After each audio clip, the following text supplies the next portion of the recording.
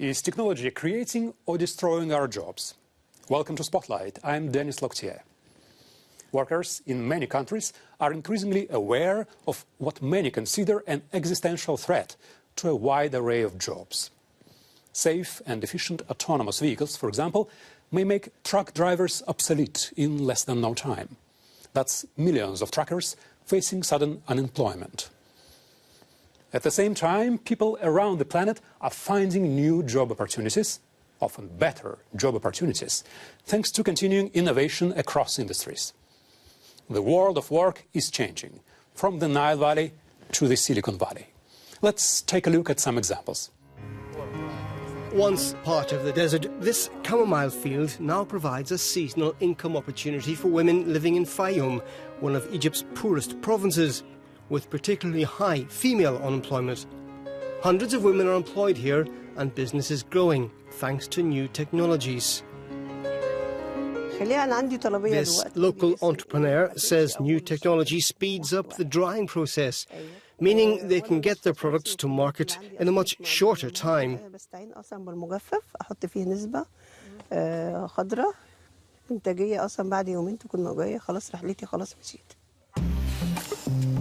At harvest time, around 200 workers process up to 300 tons of chamomile.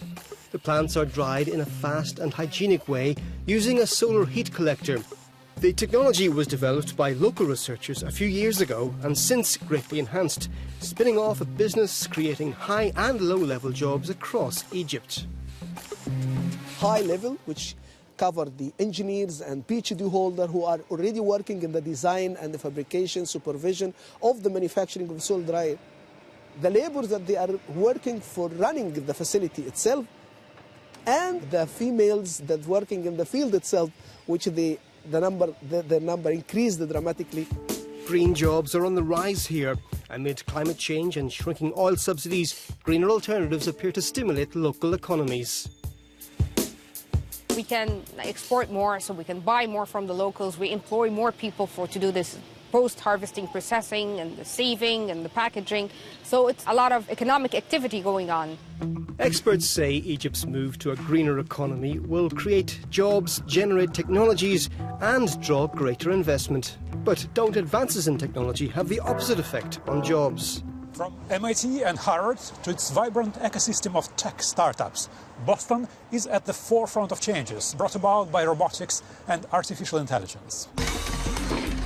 This little robot uses a set of sensors to move potted plants, arranging them in a pattern that optimizes growth. Until now, this was always done by humans. This job of moving the plants around on the ground is the worst job on the whole farm. Dozens of clients of this Boston area startup have passed this task on to robots.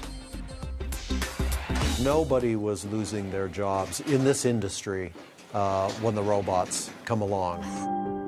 The manufacturers say their robots aren't killing jobs. Quite the opposite. They help growers hire more workers who want to do something more valuable than just moving plants around.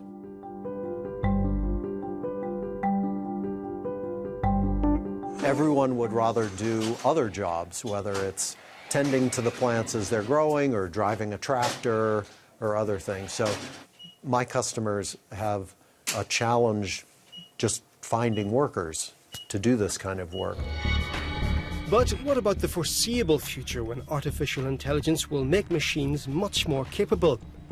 This Boston startup is developing software that memorizes and then recognizes visual objects, almost like a living brain does. If you take a picture of a bottle, the software will teach the machine what bottles look like.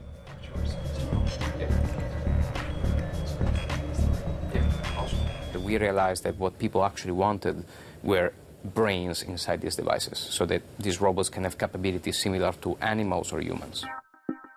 Learning machines can excel in tasks like finding a lost child, tracking endangered animals, or detecting rust on a pipeline. But what about the people who do these jobs now? The developers see the forthcoming replacement of humans as a liberation. Handing tickets out of a highway should not be a human job. Looking at a security camera should not be a human job. This should be done by machines. So I think AI is a liberating technology, and the opposite, not having AI, would be slavery. The UN's International Labour Organization has formed a global commission on the future of work, tasked with an in-depth examination of the current trends. Experts like these at Harvard University will help the commission. Enterprises leveraging artificial intelligence will allow them to just have a much better outcome, right? It will allow physicians to personalize healthcare care for an individual patient. It will allow security officials to much more quickly react to a vulnerability in the IT network and ultimately not being hacked. You can go across industries. At meetings like this roundtable at Harvard, researchers and innovators tackle tomorrow's big questions, such as who will profit from all the wealth generated by machines.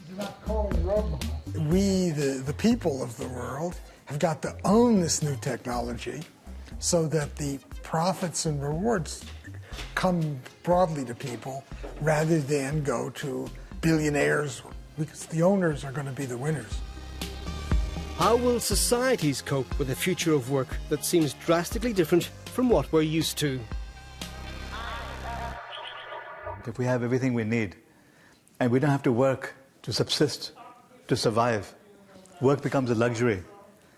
That may actually be a good thing. Why do we have to work? Why do we have to work 50 hours a week? Why can't we work 10 hours a week? Why can't we now have time for the arts, for recreation, for enlightenment and knowledge? The Global Commission on the Future of Work will present its independent report in 2019.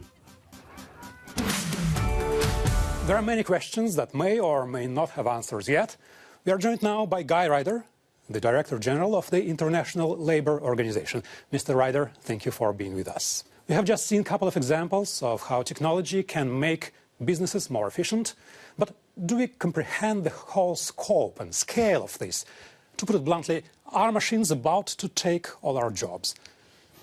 No, I don't think they're about to take all of our jobs. But as your report showed very graphically, very well, I think, the applications of new technologies has the capacity both to create jobs, but also to replace human beings. These are both realities that we're going to have to face as we embark upon what people call the fourth industrial revolution. And if we try to learn from history, look at those first three industrial revolutions, we know that after a period of turbulence and adjustment, we actually came out better off than we started. More jobs, better quality jobs, higher standards of living. We've seen reports saying that up to a half, or even sometimes more than a half of existing jobs in industrial countries could potentially be replaced by robots, etc. They could be. It doesn't mean they will be, because there are very many limiting factors on this replacement effect. One is the availability of technology and capital. The other is the pure economics. I think we should all believe that technology should be applied in such manner as to help us reach social objectives. Our social objectives should not be adjusted by technological applications. It's not just the developed countries. The work is evolving around the planet. What is driving these changes? Yes, indeed. We should not think that there is one future waiting for all of us. If you go to a country like, let me take the example of Japan, where we're seeing rapidly aging populations and workforces shrinking, it looks a bit different in the developing world, where if I think of Africa, if I think of South Asia, you have rapidly growing populations, very big demand for youth employment. There, of course, the issue of technological replacement of labour looks a bit different. And perhaps one other aspect, if I might bring in, is the whole question of the green economy. The developing world has a very, very strong potential to benefit from the move to a greener and greener, environmentally sustainable economy. Thank you once again for making this more clear. And thank you for joining us for this spotlight. Find out more about the future of work on our websites, euronews.com and africanews.com. See you there.